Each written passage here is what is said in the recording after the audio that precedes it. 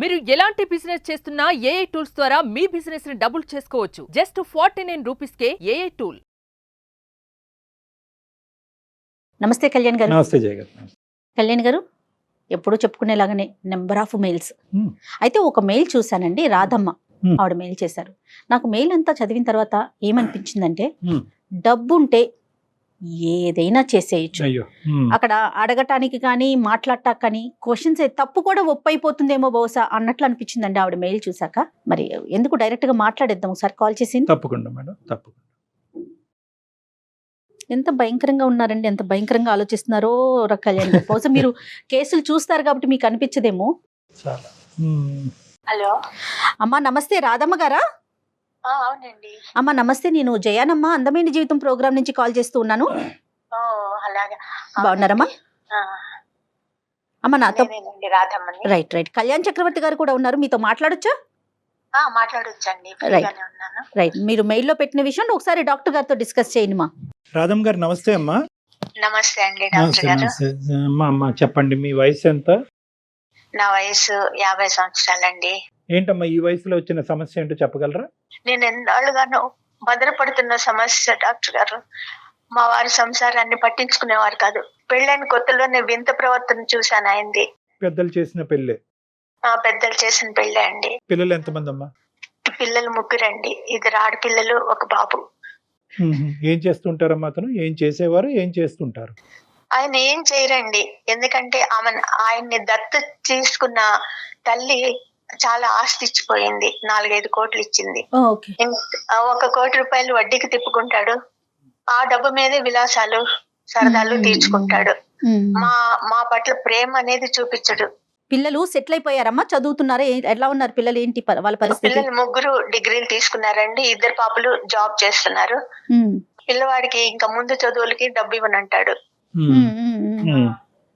ఏంటంటే అసలు సమస్య ఏంటంటే, అతను ముందే మాకు కొన్ని షరతులు పెట్టాడు. ఏమంటే తనేమన్నా పడి ఉండాలి, తన మాటకి ఎదురు తిరగకూడదు.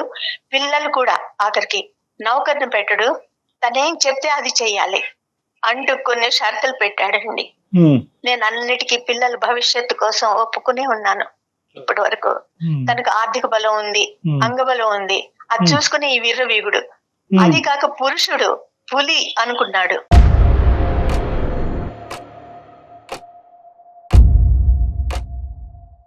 ఒక రోజు ఉదయం ఎవరో ఒక అమ్మాయిని తీసుకొచ్చి తన గదిలోకి వెళ్లి తలుపులేసుకున్నారు.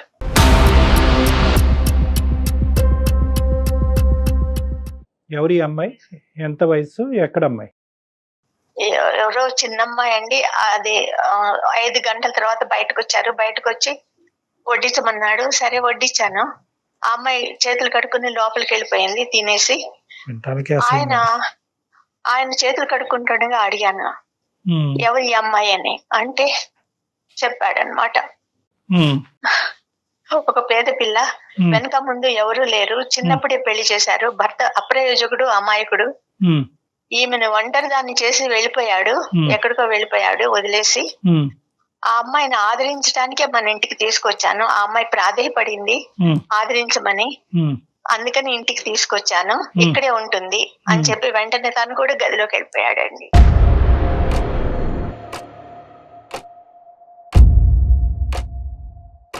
మీరు ఎందుకు యాక్సెప్ట్ చేశారు? మమ్మల్ని వాక్ స్వాతంత్రం లేకుండా చేశాడు కదా ఆయన. ముందరే చెప్పాడు కదా, నేనేం చేసినా అది చూస్తూ ఉండాలి. చేయటం అంటే ఏంటమ్మా, మీరు వైఫ్ కదా, ఇప్పుడు ఇద్దరు ఈక్వల్ కదమ్మా. వన్స్ పెళ్ళంటూ జరిగాక అక్కడ ఆస్తిపాస్తులు ఏముంది కళ్యాణ్ గారు? కానీ దానికి ముందు ఈవిడ రాకముందు మీ స్థానబలం ఎంత ఉందమ్మా? మీ ఒక భార్యగా మీకు ఎంత ఇంపార్టెన్స్ ఉంది? 3 పిల్లల తల్లిగా మీకు ఎంత ఇంపార్టెన్స్ ఉంది? ఈవిడ వచ్చే టైంకి 3 పిల్లల్ని కన్నారా లేదా? వచ్చే టైంకి 3 పిల్లలు ఉన్నారండి నాకు. మరి ఆటోమేటిక్ గా మీకున్న ఇంపార్టెన్స్ ఏంటి? పిల్లలకి అనేటటువంటి మెషిన్ లాగా మీరు మీ పాత్ర, లేదంటే ఒక భార్యగా మీకు స్థానం ఉందా? పిల్లల మీద కూడా అరిసేవాడు, ఏమన్నా అడిగితే అరిసేవాడు. నేనేమన్నా మాట్లాడినా నోరు మూసుకో అని చెప్పేవాడు. 3 పిల్లల్ని కానీ మీకు దిగ్గొట్టాడు మీ నెత్తి మీద మాట్లాడకుండా. అంతే అండి, అలాగే చేశాడు. Right right. మీరేమన్నా చదువుకున్నారమ్మా? నేను డిగ్రీ చేశానండి. ఏం లాభం, అన్ని చేసి వంటింటి కుందేళ్ళని అయిపోయాను, ఇంటికి పని మనిషిని అయిపోయాను. ఒక జైలుకి పరిమితం అయిపోయింది నా బ్రతుకు.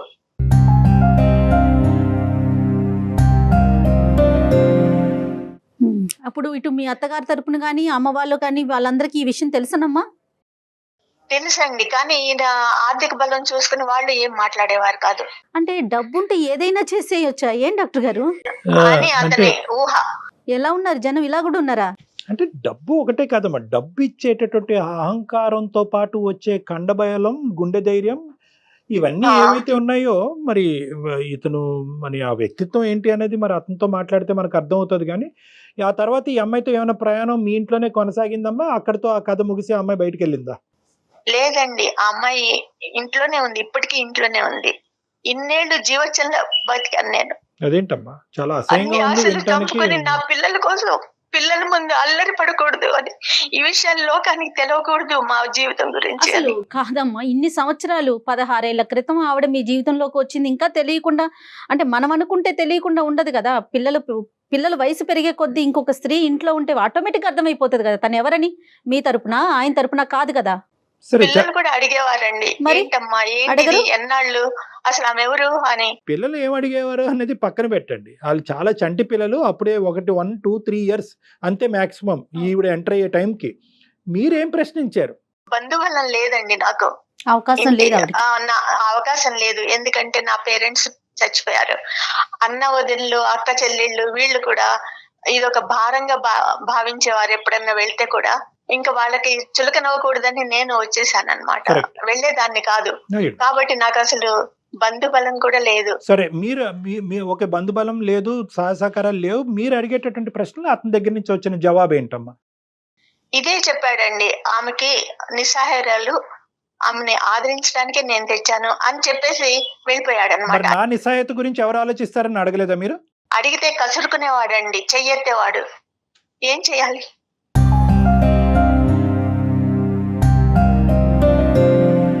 రాదమ్మా, ఇప్పుడు ఆ వ్యక్తి ఎవరైతే కనుక మీతో పాటు వచ్చి 16 సంవత్సరాల పాటు మీ ఇంట్లో ఒక మనిషిగా మీ స్థానానికంటే బలమైనటువంటి స్థానం తీసుకున్నటువంటి ఆ గొప్ప స్త్రీ ఎవరైతే ఉందో ఆవిడ నిజంగా మొదటి నుంచి నిస్సహాయరాలా, లేదంటే ఇక్కడికి వచ్చిన తర్వాత కుటుంబ సభ్యులందరూ కూడా బాయ్కాట్ చేశారా?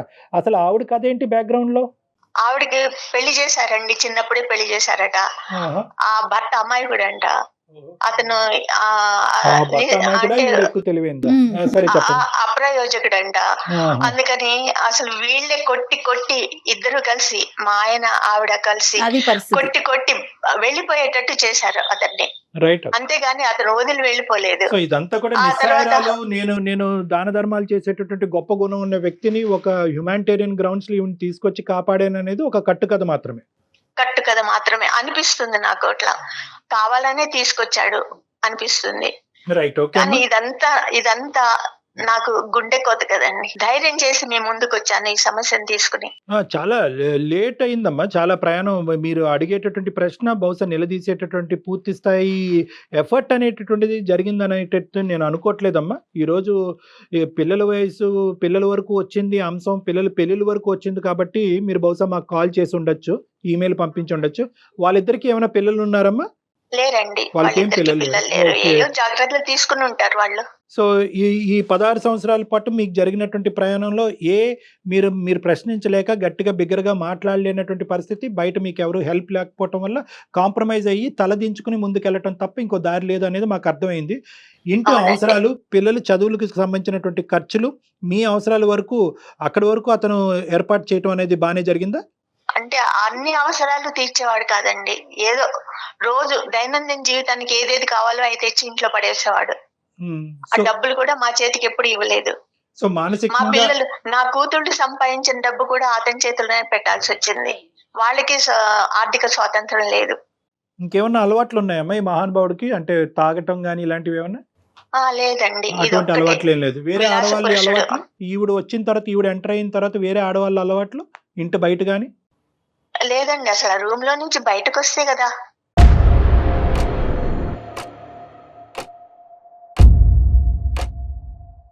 కాదు కళ్యాణి గారు, సంవత్సరాలు గడిచిపోయినాయి. గడిచిపోయినాయి. ఇప్పుడు వరకు ప్రశ్నించినటువంటి రాధమ్మ గారు ఈరోజు మాకెందుకు ఈమెయిల్ పంపించారు? అది నేను ఎప్పటికైనా దీనికి సొల్యూషన్ ఉంటుంది మీ దగ్గర అని. రాధమ్మ గారు ఆలోచన కరెక్టే, మీ మాటకు అడ్డొస్తున్నాను. కానీ ఏంటంటే టైం ఇస్ ద ఎసెన్స్ అమ్మ. బహుశా ఇదేంటంటే చాలా లేట్ అయింది, అయినా కానీ మన వంతు ప్రయత్నం మనం చేద్దాము. పిల్లల్ని కనేసాను కాబట్టి నేను తల దించుకుని ముందుకెళ్ళటం తప్ప ఇంకో దారి లేదు అని చెప్పి స్టార్టింగ్లో మీరు వెనకడుగు చేశారు చూడండి, అదే ఈ రోజు మీ మెడ చుట్టుకుంది. పిల్లల మీద ప్రేమ చూపించడండి, నా మీద ప్రేమ అసలు ఎప్పుడో పోయింది, అసలు లేదు ప్రేమ, ఏదో వాడుకున్నాడు తప్ప. ఇప్పుడు ఈ ప్రేమనంతా ఆమెకి ఇస్తుంటే నాకు ఎంత కంటకింపుగా ఉంటుంది. పిల్లలు ఏమైపోతున్నారు, పిల్లలు పెరిగారే, వాళ్ళకి పెళ్లిళ్ళు చెయ్యాలి అనే ఆ ఆలోచన కూడా లేదు ఆ మనిషికి. Okay okay. ఇప్పుడు అతనికి ఆలోచన లేదు, అక్కడ ఉన్నటువంటి ఆమెకు సిగ్గు లేదు, మనకు అర్థమవుతుంది. కానీ ఏంటంటే ఈ రోజు అతనితో మాట్లాడటం ఇంపార్టెంటా, ఆవిడతో మాట్లాడటం ఇంపార్టెంటా? మనం అతనితోనే మాట్లాడాలండి. ఆవిడెవరు, ఆవిడ థర్డ్ పర్సనే. కానీ ఈ రోజు ప్రైమరీ పర్సన్ అయిపోయింది, ఇంపార్టెంట్ పర్సన్ అయిపోయింది, మీకంటే బలమైనటువంటి స్థానంలో నిలబడి ఇంటినే శాసించే కెపాసిటీలో ఉంది. ఆవిడ థర్డ్ పర్సన్ కావద్దు, ఆవిడ ఫస్ట్ పర్సన్. సరే, ఆవిడని పక్కన పెడదాం. మీ అబ్బాయి ఏమంటున్నాడు? ఎందుకంటే తండ్రి తర్వాత స్థానం ఆ అబ్బాయిదే కాబట్టి ఆ అబ్బాయి ఈ మనిషిని నిలదీసే కెపాసిటీలో లేదా? ఇంకా అబ్బాయి ఏం చేస్తాడండి, ఏమన్నా కొంచెం ఎదురు తిరిగాడంటే కొట్టడం, లేకపోతే 2-3 రోజుల దాకా వాళ్ళకి పనిష్మెంట్. ఇప్పుడు మా ద్వారా మేము ఒక సలహా సూచన ఇవ్వటం ద్వారా ఈవిడ్ని ఇంట్లోంచి బయటకు పంపించటం అనేటటువంటిది ఎంతవరకు సాధ్యపడుతుంది అని మీరు అనుకుని మాకు చేశారమ్మా. అది సాధ్యమా అసాధ్యమా? నెంబర్ 1. నెంబర్ 2 ఏంటంటే ఈరోజు ఆవిడని అక్కడే ఉంచండి అని మేమైతే మా నోటితో మేము చెప్పలేము. ఎవరైనా కూడా, ప్రపంచంలో ఎవరైనా కూడా ఇది ఇల్లీగల్, ఇదేంటంటే మనందరం ఖండిస్తాం. ఓకే. సుప్రీంకోర్టు ఈ సెక్షన్ తీసేసి పెళ్లి కాకపోతే పెళ్లి అయిందమ్మా, వాళ్ళు పెళ్లి చేసుకున్నారా అమ్మా? తెచ్చి ఉంచుకున్నాడు కాబట్టి ఒకసారి ఆయనతో మాట్లాడే ప్రయత్నం చేద్దామమ్మా. మరి మీ ఎక్స్పెక్టేషన్ ఏంటంటే ఒకటమ్మా, మేము అతనితో మాట్లాడే ముందు మీ ఎక్స్పెక్టేషన్ మాకు క్లియర్ కట్ గా కావాలి. ఈరోజు 16 సంవత్సరాల పాటు ఈ మొక్క పెద్ద మానయింది. ఓకే, దీన్ని తుంచటం అనేటటువంటిది అందమైన జీవితంలో ఉండే మా ఇద్దరికి సాధ్యపడుతుందా లేదా? నెంబర్ 1. నెంబర్ 2, అది కాదండి నా ఉద్దేశం. ఆవిడ ఇక్కడ ఉండి చచ్చేంత వరకు ఇక్కడే ఉన్నా, నేను చనిపోయేంత వరకు ఆవిడ ఇక్కడ ఉన్నా కూడా పిల్లలకు సంబంధించినటువంటి బాధ్యతాయుత రోలు తండ్రిగా అతను పాత్ర పోషించగలిగితే కనుక నేను సంతృప్తి చెందుతాను అనే ఉద్దేశంతో చేశారా? ఈ రెండిట్లో అవునండి, పిల్లల్ని పోషించగలడు, ఆమెను పంపించేసి ఇక ముందు పిల్లలు భారం అంతా తను చూసుకోగలడు అనే ఉద్దేశంతోనే నేను మీకు ఏదైనా ఒక ప్రయత్నం చేద్దాం. దగ్గరుంటే ఫోన్ ఇవ్వండి, దూరంగా ఉంటే ఫోన్ కలపండి. మరి ఒక్కసారి ఆయనకి కనెక్ట్ చేస్తారండి? తప్పకుండా అండి, ఒక్క నిమిషం అండి. మీరు మాట్లాడే వ్యక్తి మీ కాల్ ని హోల్డ్ లో పెట్టారు, దయచేసి లైన్ లో వేచి ఉండండి. ఆప్కా కాల్ హోల్డ్. హలో, ఎక్కడున్నారు? నేను బయట ఉన్నాను, చెప్పు, ఏంటో విషయం చెప్పు. ఏం లేదు, మన భాగవతమే. దాని గురించి ఒక సైకియాట్రిస్ట్ డాక్టర్ గారితో మాట్లాడాను. ఎవరు, నాకా నీకా? ఇద్దరికి. నీకేమైంది? నాకేం కాలేదే.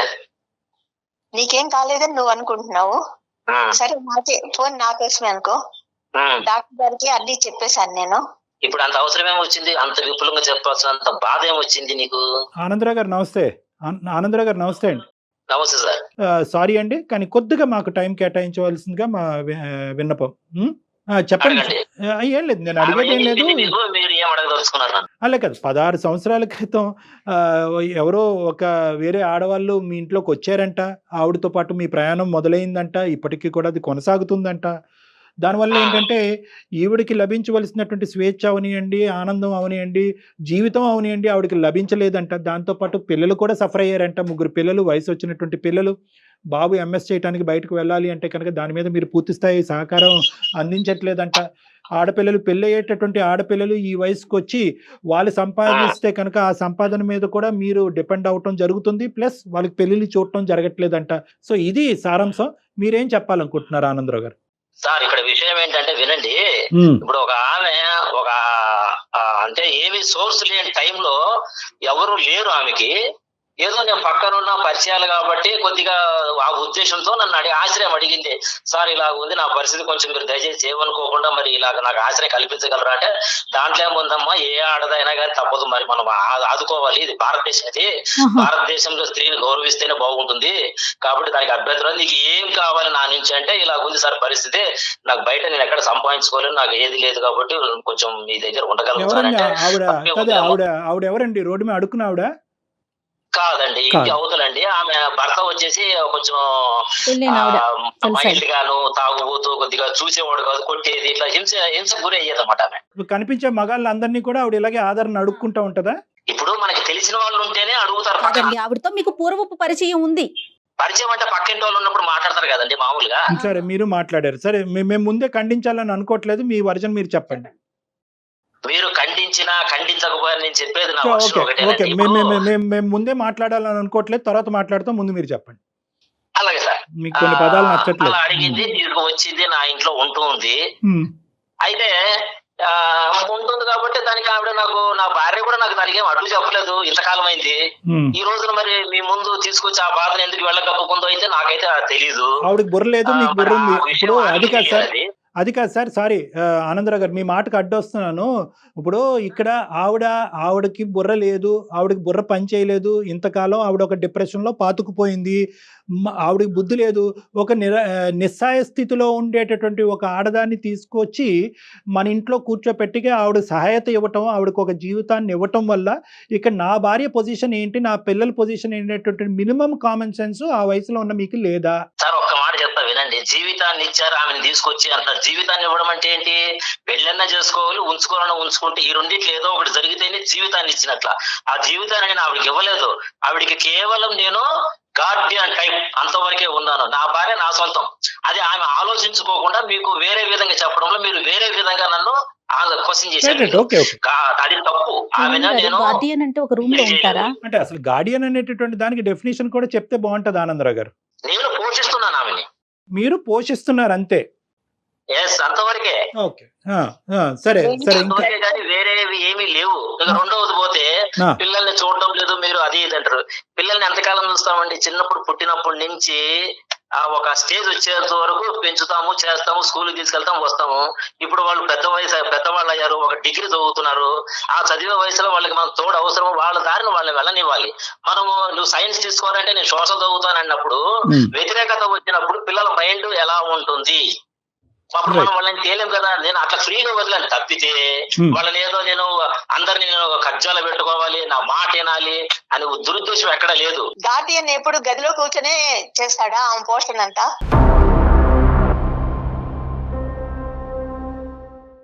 తండ్రిగా బాధ్యతలు ప్రతి ఒక్కరికి ఉంటాయండి. ఆడపిల్ల మీద ఉంటది, మగపిల్లవాడి మీదుగా ఉంటది, అందరి మీద, భార్య మీద కూడా బాధ్యత ఉంటది. బాధ్యత లేకుండా ఏ మొగుడు ప్రవర్తించడు. కాకపోతే వీళ్ళు అర్థం చేసుకునే విధానాలు వేరున్నాయి. ఆమె బాధ్యత లేదు, పిల్లల్ని చదివించలేదు అనేసి. నేను చిన్నప్పటి నుంచి మరి ఎవరు కట్టారండి ఫీజులు? వాళ్ళని బాగా నూరి పోసింది వాళ్ళ మెదడులోకి, నాన్న ఇట్లా అని. ఆయన చెప్పేదంతా డ్రామా, అదేం కాదు. తీసుకొచ్చాడు, గదిలోకి వెళ్ళాడు. ఈ 16 ఏళ్ల నుంచి ఇది జరుగుతూనే ఉంది. ఏ గదిలోకి వెళ్ళాడమ్మా? ఏ గదిలోకి వెళ్ళాడు? ఎవరి గదిలోకి వెళ్ళాడు? ఏం చేశాడు ఆ గదిలో? మా మాస్టర్ బెడ్రూమ్ లోకి వెళ్ళాడండి. ఇవాళ వరకు నేను ఆ రూమ్ లో అడుగు పెట్టలేదు. ఈ అమాయకత్వమే కదా తల్లి ఇక్కడ దాకా తీసుకొచ్చింది మిమ్మల్ని. ఆనందరావు గారు, గార్డియన్షిప్ అంటే మాస్టర్ బెడ్రూమ్ లో ఈవిని బయటకు నెట్టేసి ఆవిడతో పాటు ఉండటాన్ని గార్డియన్షిప్ అంటారా? ఏమో, నాకు ఫస్ట్ టైం ఈ గార్డియన్షిప్ యొక్క మీనింగ్ తెలిసింది ఇంతకాలం నేను 20 సంవత్సరాలు చదువుకున్న తర్వాత. సార్ ఇప్పుడు ఆమె ఒక మాట ఉపయోగించింది, డ్రామా అని. మరి అది కూడా తలుపేసుకుని కూర్చుంది కూడా డ్రామా అవ్వచ్చు కదా. డ్రామా సంగతి పక్కన పెట్టండి. పక్కన పెడుతున్నారు మీ బెడ్రూమ్ లో వేరే స్త్రీకి అసలు స్థానం ఎందుకు? ఆవిడ ఉండవలసినటువంటి అవసరం ఏముంది? నిరాశ్రయాలైనటువంటి ఒక స్త్రీకి బెడ్రూమ్ లోకి తీసుకొస్తేనే ఆశ్రయమా? ఇప్పుడు బెడ్రూమ్ అంటే వేరే రూమ్ మనం కట్టించలేం కదా సార్. అందుకని భార్య ఉండాల్సిన ప్లేస్ లో ఎవరినో తీసుకొస్తానంటారు అంటే ఏంటండి బాబు మీరు అసలు? ఆవిడ మీ బెడ్రూమ్ లో పెట్టి ఈవిడ బాత్రూమ్ ఇచ్చారా ఈవిడికి? నేను బాత్రూమ్ ఎవరికి ఇవ్వనట్లా, ఒక భర్తగా ఆ పని చేయను కదా. మరి ఏం చేశారు? హింసించకూడదు. మరి ఏం చేశారు? హింసించకూడదంట. మొదటి ప్రిఫరెన్స్ భార్యకే ఇస్తారు. ఏ భర్త అయినా కానీ, ఎంత తాగుబోతైనా, ఎంత వ్యభిచారి అయినా కానీ, ఎంత తిరుగుబోతైనా కానీ, కట్టుకున్న పిల్లలకి ఇచ్చిన తర్వాత రెండో వాళ్ళు ఎవరున్నా కానీ వాళ్ళకి మనము కొంతవరకు న్యాయం చేయాల్సి వస్తుంది. ఫస్ట్ న్యాయం ఎవరు చేస్తామో? భార్య, పిల్లలు చేస్తాము. కానీ వీళ్ళు అర్థం చేసుకోకుండా ఒక ముసుగేసి డ్రామా అని మీకేదో చెప్పేశారు.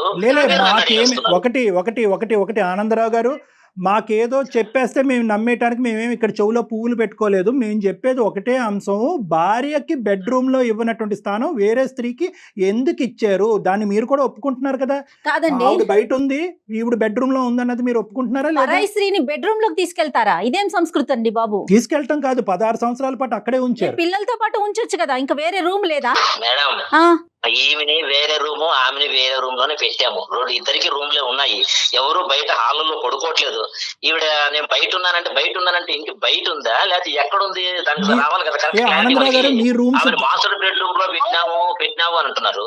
ఆనందరావు గారు, మీ రూమ్ నేను ఎక్కడ ఉన్నానది. మీ ఇంట్లో ఎన్ని రూమ్స్ ఉన్నాయి, ఏ రూమ్స్ లో ఎంతమంది ఆడవాళ్ళు ఉన్నారన్నది మాకు అక్కర్లేదు ఆ లెక్క. కానీ మేమేం జనాభా లెక్కలు రాసుకునే వాళ్ళం కాదు. ఇక్కడ ఆవిడతో ఎవరైతే ఈ సోకాల్డ్ గార్డియన్ అనేటటువంటి ఆడపిల్లతో మీరు జాలి చూపించి ఇప్పుడు వరకు మీరు ప్రయాణం చేసినటువంటి ఆడపిల్లతో మీకు ఎటువంటి సంబంధం ఉంది అనేది క్లియర్ కట్ గా చెప్పేసేయండి. అది తప్పు. అలా పరాయి ఆడదాని మీద నిందలు వేయడం చాలా తప్పు. వద్దులేండి, మేము అంత పాపం చేయం. కానీ 16 ఏళ్ల నుంచి మమ్మల్ని ఏం చూడలేదండి ఆయన. పిల్లలకి తండ్రి ప్రేమ దక్కిందా? నాకు భర్త ప్రేమ దక్కిందా? ఏమి దక్కలేదు. ఆయన ఏదో చెప్తున్నాడు, నాకు భార్య ముఖ్యం అది ఇది అని. 16 ఏళ్ల నుంచి భార్య ముఖ్యం కాక ఇవాళ డాక్టర్ గారి ముందు భార్య ముఖ్యం అయిందా? 16 ఏళ్ల నుంచి ఆమెతోనే గడిపాడు. పగలు రాత్రి అసలు ఏ టైంలోనూ బయటకు వచ్చేవాడు కాదు, భోజనానికి తప్ప.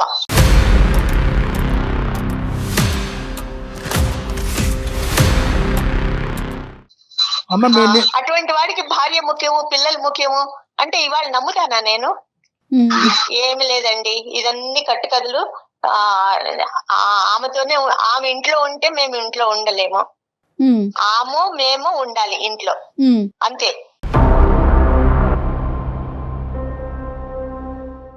నేను ఒక ప్రశ్న అడుగుతాను, 16 సంవత్సరాల పాటు మీరు ఎందుకు నోరు మూసుకుని ఊరుకున్నారు?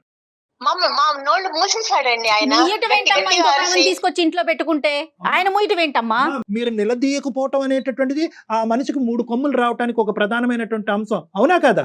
లైన్ లో ఉన్నాడు అండి. ఆ రోజు ధైర్యం లేక, మాకు వాక్ స్వాతంత్రం లేక, నాకు వెనక ముందు ఎవరు లేక, నా పిల్లల్ని నేను జీవితం లాగా బతికాను. బతికానండి. ఆనందరావు గారు చెప్పండి. ఏం చెప్తామండి బాబు, ఫైనల్ గా ఆవిడ ఏం కోరుకుంటున్నారో ఒక్కసారి అడిగి దాన్ని బట్టి ఈ సమస్యకు ఒక కంక్లూజన్ చెప్పడానికి ట్రై చేద్దాం. ఏమ్మా, ఏం కోరుకుంటున్నారు తల్లి మీరు? నేను ఒకటే కోరుకుంటున్నానండి, పిల్లలు పెద్దవాళ్ళు అయ్యారు, వాళ్ళకి పెళ్లిళ్ళు అయితే ఈ కంపంతా బయట వాళ్ళు కూడా చూస్తారని నాకు లోపల బాధగా ఉంది. అది ఎవరికి తెలియకూడదు అనుకుంటే ఆ అమ్మాయిని పంపించేయండి. ఉంటే ఆ అమ్మాయి ఉండాలి, లేకపోతే మేము ఉండాలి. ఆ అమ్మాయిని పంపించిన పరిస్థితిలో నేను నా పిల్లల్ని తీసుకుని బయటకు వెళ్ళిపోతాను.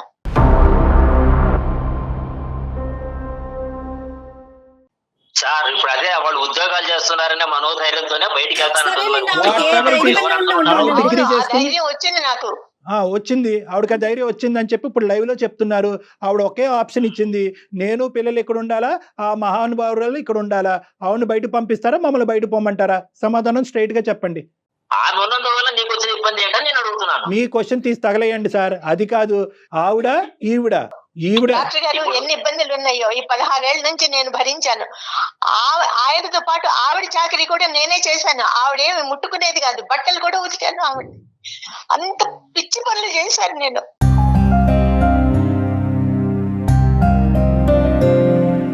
నేను నా పిల్లల్ని తీసుకుని బయటకు వెళ్ళిపోతాను, అంతే. తను ఏం చేసుకుంటాడు చెయ్యి. ఆనందరావు గారు, మీకు ఒక నమస్కారం అండి. మీలాంటి సంస్కారవంతుల్ని ఇంతవరకు మా జీవితంలో చూడలేదండి. చాలా ధన్యవాదాలు లైన్ లోకి వచ్చినందుకు. నమస్కారం. మంచిదండి, మంచిది. అంతే అంతే, క్షమించండి మేము మాట్లాడినందుకు మీతో. నమస్కారం, ఉండండి. ఎలా మాట్లాడుతున్నాడు? అమ్మా అమ్మా అమ్మా అమ్మా అమ్మా ఇప్పుడు తీసుకొచ్చింది నువ్వే తల్లి, ఇక్కడి వరకు తీసుకొచ్చింది మీరే. దానికంటే ఇంపార్టెంట్ ఏంటంటే కనుక ఇలాంటి అంశాలు వింటే కనుక ప్రతి వాళ్ళకి మేమేమన్నా ఈ ప్రోగ్రామ్ ద్వారా రాంగ్ ఐడియాస్ ఇస్తున్నామేమో, ఆడవాళ్ళని తీసుకొచ్చి ఇంట్లో పెట్టుకుని ఆశ్రయం కలిగించామో, నిరాశ్రయులైనటువంటి స్త్రీలు అని చెప్పి ఒక కొత్త కాన్సెప్ట్ ఓపెన్ అవుతుందేమో అనే భయంతో అతను గుడ్ బై చెప్పాం. ఇంకెక్కువ మాట్లాడలేమమ్మా అలాంటి వ్యక్తులతో. మీకు అవకాశం ఉంటే ఒకసారి పర్సనల్ గా డాక్టర్ గారిని కలవండి, మరింత మనోధైర్యం తెచ్చుకోండి తల్లి. మీ నిర్ణయం మీరు తీసుకోండి, సరేనా? ప్రతి అడుగు ఆలోచనతో తీసుకోవాలి, ఇమోషన్తో కాదు. ఇప్పుడు ఆ మనిషి మళ్ళీ మీ దగ్గరికి వస్తాడు, 3 పిల్లల్ని తీసుకుని నువ్వు బయటకు ఎలా బతుకుతావు అని చెప్పి మీరు జాగ్రత్తగా గుర్తుపెట్టుకోవాలి. పిల్లలు చిన్నగా ఉన్నప్పుడు వాళ్ళు మీ మీద డిపెండ్ అయినప్పుడు బహుశా అతను చెప్పినటువంటి కాన్సెప్ట్ రైట్ ఏమో, బహుశా అదే కాన్సెప్ట్ వల్ల చాలా మంది కలిసి ఆడవాళ్ళు ఉంటారు. అలాగా దహించుకుపోతున్నారు. కానీ ఇప్పుడు పిల్లలు నీ వెంట ఉన్నారు అనేటటువంటి మనోధైర్యం, పిల్లలు మిమ్మల్ని కాపాడుతారు అనే ధైర్యం మీకు ఉంటే కనుక ఇక్కడ ఇమోషన్తో కాదు, లాజిక్తో నిర్ణయం తీసుకోండి. ప్రతి నిర్ణయంలో ఒక ప్రొఫెషనల్ యొక్క హెల్ప్ ఉండాలి. అది నాలాంటి సైకాట్రిస్ట్ అన్న అవ్వచ్చు, లేదంటే ఒక లీగల్ హెల్ప్ అయినా అయి ఉండొచ్చు. ఆ విధంగా మీరు ఖచ్చితమైనటువంటి ఒక మార్గాన్ని నిర్ణయించుకుని ముందుకెళ్ళేటటువంటి ప్రయత్నం చేయండి. రైట్ అమ్మా. ఓకే రైట్ అండి. నమస్తే అమ్మా. థ్యాంక్ యూ సో మచ్ అండి. నమస్తే. రైట్, ఓకే, నమస్తే. రాధ గారు. నమస్తే. నమస్తే.